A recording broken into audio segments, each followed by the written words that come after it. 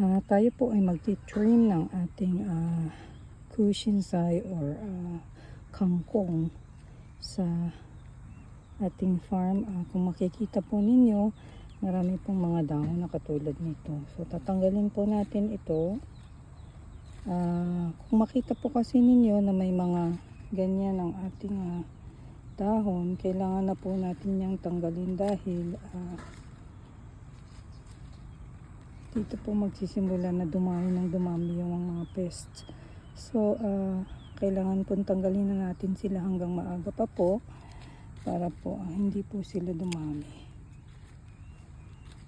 Ganyan po. Dahil ang ating mga gulay sa ating farm ay organic, kailangan po nating alagaan ng mabuti. Tingnan, bisitahin kung ang ating mga halaman ay kinakain ng pest. So kailangan po nating alagaan, tanggalin ang mga dahon na tulad ng mga ganito. Ano po? So agapan po natin ang ganitong mga dahon, tanggalin na po agad natin. I-check po natin kung ang ating mga gulay ay kinakain ng pest. So hanggat maaga po, kung tatanggalin po naman natin sila,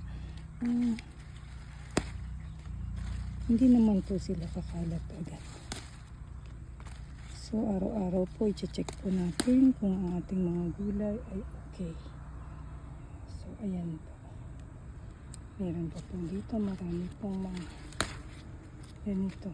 Tulad din po nito, no? Mga ganito, meron po siyang itlog yan sa ilalim. Tanggalin po natin yung mga yan. Ayan po, katulad nito, namamahay na po yung pest sa dahon. So tanggalin po natin yan lahat. At ayan po.